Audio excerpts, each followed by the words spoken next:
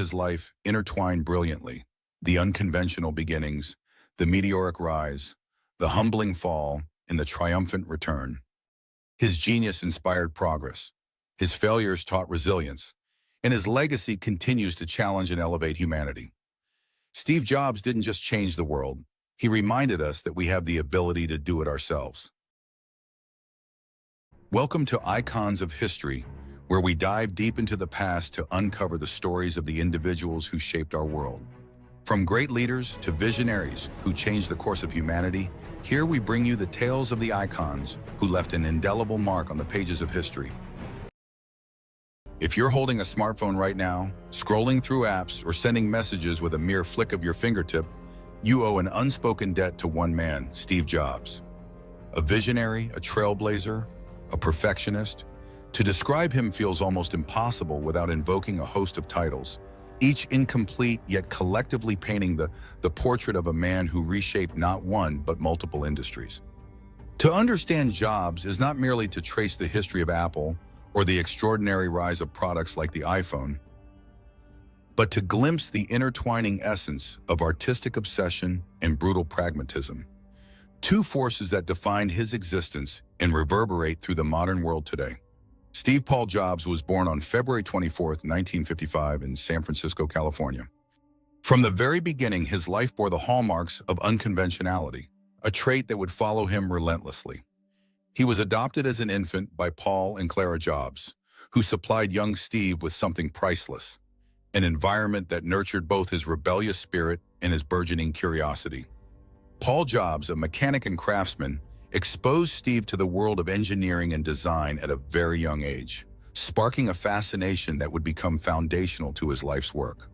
Jobs' education journey was turbulent.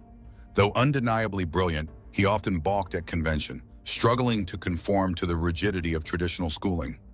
He was described by teachers as exceptionally intelligent but miserably bored. Jobs' early disdain for authority and insistence on challenging the status quo would later define his approach to business and leadership. After graduating high school in Cupertino, California, and briefly attending Reed College in Portland, Oregon, where he dropped out after only 6 months, Jobs embarked on a path of self-discovery. He remained fascinated by calligraphy and Eastern philosophies, spending time in India to explore Buddhism, a journey that brought him closer to understanding the importance of simplicity, intuition, and beauty in life and design. A journey that brought him closer to understanding the importance of simplicity, intuition, and beauty in life and design. The founding of Apple was a miracle born not only of ambition, but of calculated collaboration. In 1976, Jobs partnered with Steve Wozniak, a fellow tech enthusiast and brilliant engineer, to create the first Apple computer. Their vision was audacious yet profoundly simple: to make computers accessible to everyday people. Up until that point, computing was a domain reserved for academic institutions and large corporations. Jobs and Wozniak wanted to bring it into homes, hands, and lives, and they succeeded spectacularly. With the release of the Apple I and later the Apple II, computing began to shed its ivory tower mystique. Apple quickly became synonymous with innovation, riding the crest of Silicon Valley's emergent tech culture. Despite the initial success, Jobs' journey wasn't going to be smooth. As Apple grew into a major corporation, Jobs began to run into trouble.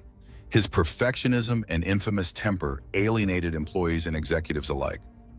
By the mid-1980s, tensions between Jobs and Apple's board of directors climaxed, leading to his unceremonious departure from the company in 1980.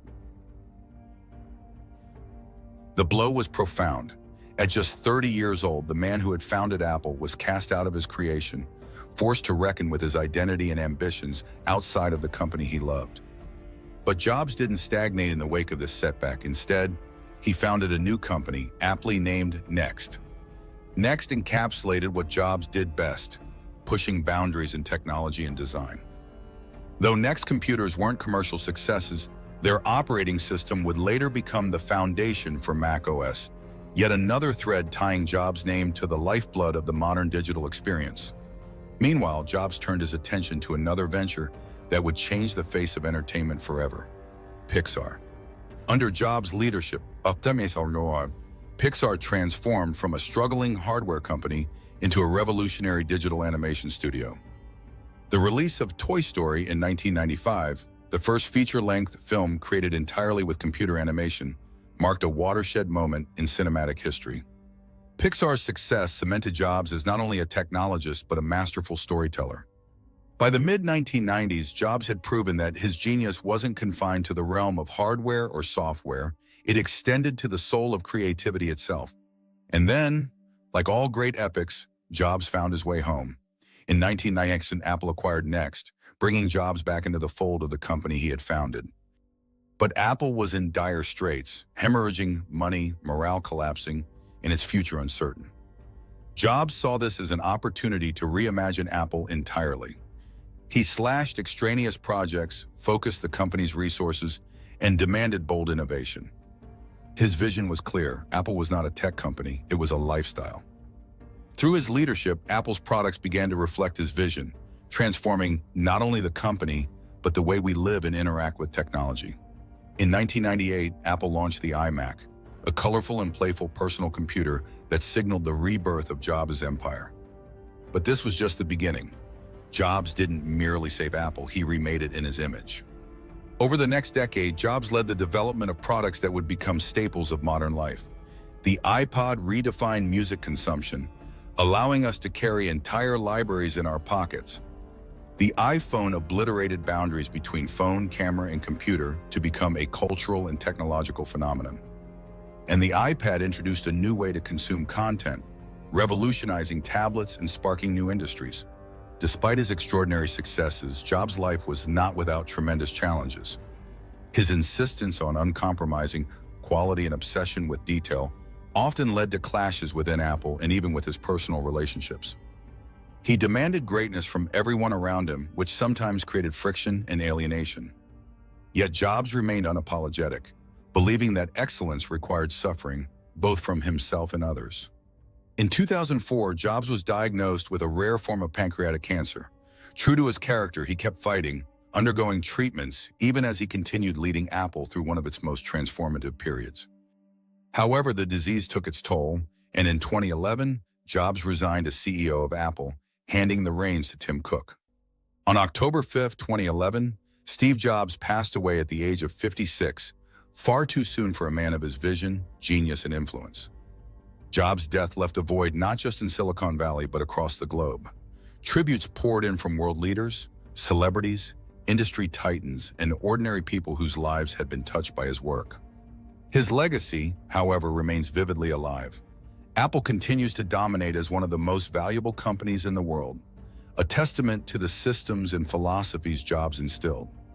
Pixar remains a powerhouse in entertainment, inspiring millions with stories that pulse with emotional depth and creative brilliance. Beyond the companies he built, Jobs' enduring impact lies in his approach to innovation. He didn't believe in chasing market trends, he believed in creating entirely new markets. His emphasis on the marriage between technology and artistry set a precedent for industries far beyond computing. Jobs showed the world that design isn't just about appearance, it's about function, emotion, and experience. Today, when you look at the sleek curve of an iPhone, the seamless interface of an app, or the otherworldly visuals of a Pixar film, you're witnessing the residue of Jobs' philosophy. He taught us to think differently, to demand more from the products we use and the experiences we create. Perhaps Jobs' greatest gift was not the devices he brought into our lives, but the audacity he instilled in us, to envision what's next and then pursue it with relentless passion. Steve Jobs was more than a CEO, more than an inventor, and more than a visionary. He was a narrative unto himself, a man who refused to accept limitations and compelled the world to see beyond them. The chapters of his life intertwine brilliantly: the unconventional beginnings, the meteoric rise, the humbling fall, and the triumphant return. His genius inspired progress, his failures taught resilience, and his legacy continues to challenge and elevate humanity. Steve Jobs didn't just change the world, he reminded us that we have the ability to do it ourselves. Thank you for joining us on this journey through time with icons of history. If you enjoyed the story, don't forget to subscribe and hit the notification bell to stay updated with our latest videos. See you next time as we explore more icons who made history.